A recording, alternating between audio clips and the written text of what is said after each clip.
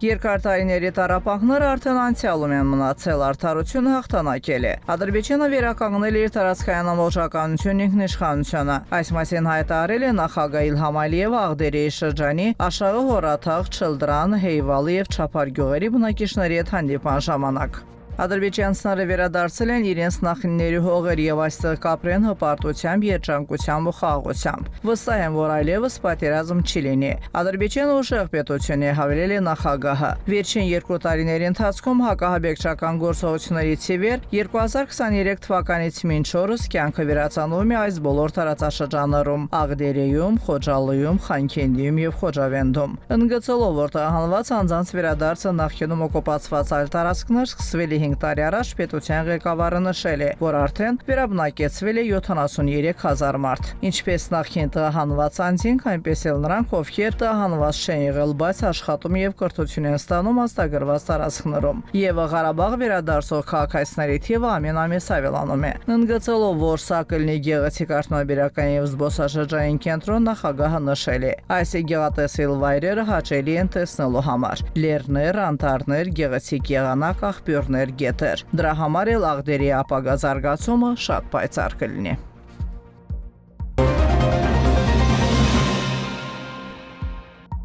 Ադրբեջանի արտաքին գործերի նախարար Ջեհուն Բայրամովը եւ նրա թուրք գործընկեր Հական Ֆիդանը հեռախոսազրույց են ունեցել։ Հաղորդվում է, որ կողմերը քննարկել են երկու երկրների դաշնակցային հարաբերություններից բխող հարցեր, տարածաշրջանային եւ միջազգային կազմակերպությունների շրջանակներում համագործակցությունը, ինչպես նաեւ տարածաշրջանում անվտանգության հետ կապված իրավիճակը։ Զրույցի ընթացքում կողմերը գոհունակություն են հայտնել երկու եղբայրական երկրների միջև համագործակցության մակարդակից։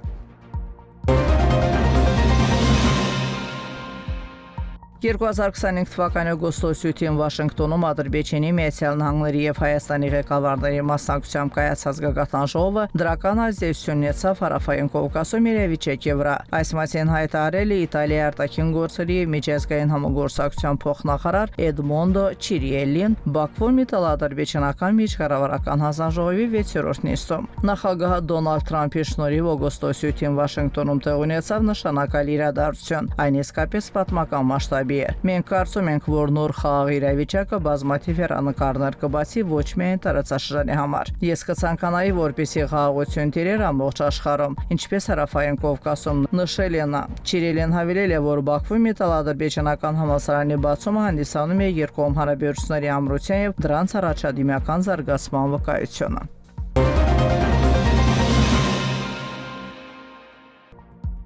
Հայաստանի Հանրապետության վարչապետ Նիկոլ Փաշինյանը սոցցանցի իր էջում անդրադարձել է Վաշինգտոնում տեղի ունեցած Միրզոյան-Ռուբիո հանդիպմանը, նշելով, որ այն խաղաղության ինստիտուցիոնալացման եւ տրիպի իրագործման եւս մեկ կարևոր քայլ է։ Երեք Ամերիկայի Միացյալ Նահանգների մայրաքաղաք Վաշինգտոնում եւս մեկ կարևոր քայլ արվեց խաղաղության ինստիտուցիոնալացման եւ տրիպի նախագծի գործնական իրագործման ուղղությամբ, ինչի առիթով շնորհավորում են բոլորիս։ Վարչապետ Նիկոլ Փաշինյանը հպարտացել է նաև Հայաստանում բենզինի գնի իջեցմամբ եւ դա կապել Ադրբեջանից վառելիքի ներմուծման հետ։ Ինչպես տեղեկացնում են հայկական լրատվամիջոցները, սոցիալական ցանցերում շրջանառվող տեսանյութում Հայաստանի Հանրապետության վարչապետը հայտարարել է, որ ադրբեջանական բենզինի ներկրումը հանգեցրել է երկրում վառելիքի գների անկմանը։ Նրա խոսքով պրեմիում բենզինի նվազագույն գինը 2025 թվականի դեկտեմբերի կեսերից ի վեր նվազել է 15%-ով,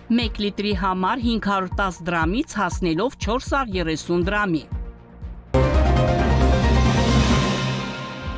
Ամերիկայի Միացյալ Նահանգները եւ Հայաստանն հրապարակել են TRIP նախագծի իրականացման շրջանակի վերաբերյալ համատեղ հայտարարություն։ Հայտարարության տեքստը տարածվել է Ամերիկայի Միացյալ Նահանգների եւ Հայաստանի Հանրապետության կառավարությունների կողմից։ Ամերիկայի Միացյալ Նահանգների պետքարտուղար Մարկո Ռուբիոն եւ Հայաստանի Հանրապետության արտաքին գործերի նախարար Արարատ Միրզոյանը այսօր հանդիպում են ունեցել Վաշինգտոնում, հրապարակելու Տրամփի ուղի հանուն միջազգային խաղաղության եւ բարգավաճման նախագծի իրականացման շրջանակը։ Այս փաստաթուղթը, որը հրապարակված է ստորև, նոր քայլ է 2025 թվականի օգոստոսի 8-ին Սպիտակ տանը ձեռք բերված հանրարարությունների կյանքի կոչման ուղղությամբ Հարավային Կովկասում հարատև խաղաղության գործին նպաստելու համար։ Շրջանակն ուրվագծում է TRIP-ի գործարկման կոնկրետ ուղին, որը նախատեսված է Հայաստանի տարածքով անխոչնդոտ մուլտիմոդալ տարանցիկ փոխկապվածության հաստատման համար։ Կապելով Ադրբեջանի հիմնական մասն իր Նախճիվանի ինքնավար հանրապետության հետ եւ ստեղծելով տրանսկասպյան առևտրային երթուղու կենսական օղակ, ակնկալվում է, որ TRIP-ը միջազգային եւ ներպետական փոխկապվածության փոխադարձ առավելություններ կստեղծի Հայաստանի հանրապետության համար։ Արտացոլելով 2025 թվականի օգոստոսի 8-ին նախագահ Տրամփի կողմից հյուրընկալած պատմական խաղաղության գագաթնաժողովում հաստատված սկզբունքները, TRIP-ի իրականացման շրջանակն ընդգծում է ինքնիշխանության, տարածքային ամբողջականության եւ փոխգործակցության կարեւորությունը TRIP-ի ընդհանուր հաջողության համար։ TRIP-ի վերջնական նպատակն է ամրապնդել Հայաստանի եւ Ադրբեջանի բարգավաճումն ու անվտանգությունը եւ խթանել ամերիկյան առևտուրն, ընդլայնելով տարածաշրջանային առևտուրն ու փոխկապվածությունը, ինչպես նաեւ ստեղծելով Կենտրոնական Ասիան եւ Կասպի ծովը Եվրոպային կապող նոր տարանցիկ հնարավորություններ։ Ադրբեջանական նավթամթերքների շուրջ աղմուկը գնալով բորբոքվում է Հայաստանում։ Քաղաքացիներին հուզող իրական խնդիրների, սոցիալական ծանր վիճակի, աշխատատեղերի պակասի եւ մարդկանց առօրյա հոգսերի մասին խոսելու փոխարեն անդիմադիր ուժերը կրկին փորձում են հանրային ուշադրությունը շեղել այդ խնդիրներից, վաղ ատելություն եւ կեղծ հայրենասիրություն սերմանելով մարդկանց մեջ։ Ադրբեջանական նավթամթերքների դեմ հանդես եկել նաեւ Լեհաստանում Հայաստանի նախկին դեսպան անդիմադիր Էդգար Ղազարյանը։ Հայաստան առաջին անգամ պաշտոնապես ներմուծվում է Ադրբեջանում արտադրված ապրանք, այն էլ բենզին։ Չի բացառվում, որ 2026 թվականին Հայաստանում բացվեն սոկարի բենզալցակայաններ, որտեղ հայ հասարակությունը սիրով կգնի ադրբեջանական էժան բենզինը, նշել է Ղազարյանը։ Այնուհետև մարզերում բազեն սոկարի բենզալցակայաններ էժան համեմատաբար վառելիք վաճառեն մարդիկ սիրով գնան առնեն, ունդեղ բոլոր քաղաքներում Հայաստանի, այդ թվում Երևանում սկսեն ծածանվել Ադրբեջանի եւ Թուրքիայի դրոշները։ Էդգար Ղազարյանի խոսքերը նրա բառապացույցն են, որ ընդդիմադիր շրջանակների համար կարևոր չէ, որ շարքային քաղաքացին պարզապես ցանկանում է գնել ավելի մատչելի վառելիք։ Այս մարդկանց միակ նպատակն է ցանկացած տնտեսական կամ տրամաբանական քայլ ներկայացնել որպես դավաճանություն, իսկ ցանկացած համագործակցություն որպես սպառնալիք։ Սակայն այդ հարցի մասին այլ կարծիքի է Civic News-ի թղթակից Վոլոդիա Հակոբյանը։ Նրա խոսքով այն բայնասունը, որ կայ Facebook-ում, չի լինելու իրական կյանքում, մարդիկ գնալու եւ գնելու են ադրբեջանական բենզինը։ Մարդիկ առաջնորդվելու են ռեալ տնտեսական հաշվարկներով adekvat որոշումներ են կայացնելու։ Նայելու են, որն այժմ դեղից է լցնելու են, այն որն է ծերնդու դեղից է լցնելու են, դեղից է օգտվելու են։ Ու այս բենզինի կալը ոչ միայն տնտեսական բան է, այլ նաև այդ խաղաղության օրակարգի թեման է, որ երկու երկրներ երբ ունեն իրար մեջ տնտեսական հարաբերություններ, երբ ունեն տնտեսական շահ, երբ դա վերաճի երկու երկրների ժողովուրդների միջև հարաբերությունների եւ շահի